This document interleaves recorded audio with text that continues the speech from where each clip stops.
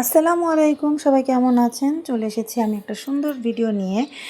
আর আমাদের আগামীকালের যেহেতু আমার ইউটিউবে ১ কোটি হয়ে গেছে ভিউয়ার্স। তো সেই ক্ষেত্রে আমি একটা ছোটোখাটো একটা বারবিকিউ পার্টি করলাম বাসায়। তো আমরা মাত্র যারা বাসায় আছে তারাই, বাচ্চা কাচ্চা নিয়ে আমরাই।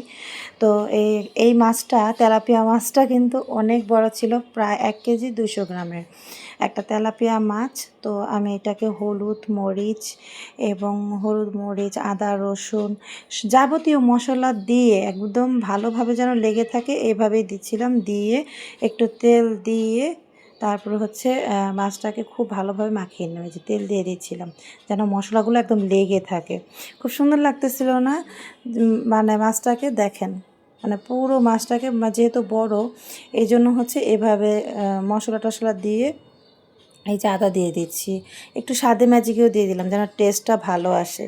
তো যাই হোক, আমার এই বারবিকিউ পার্টিটা আপনাদের কাছে কেমন লাগলো? তো আমি মনে করি ঘরোয়াভাবে মাঝে মধ্যে কোনো অনুষ্ঠান ছাড়াই যদি এরকম সকলে মিলে আসে না, যে চিকেন বারবিকিউ বা বিফ বারবিকিউ, তারপর ফিশ বারবিকিউ, যে কোনো, এবং টুনা ফিশ হতে পারে, কোরাল ফিশ হতে পারে, তেলাপিয়া মাছ হতে পারে।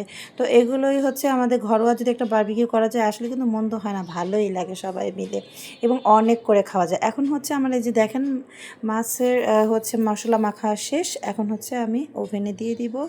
আপনারা, জানি না আমার ভিডিওটা সবাই কেমন লাগলো। এখন আমি ওভেনটাকে অন করে দিব 10 মিনিটের জন্য।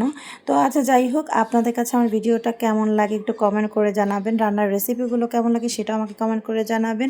আপনাদের কমেন্ট কিন্তু আমাদের ভিডিও দেওয়ার উৎসাহ জাগে। সবাই ভালো থাকবেন। আসসালামু আলাইকুম। এবং দেখেন, এই আমার মাছের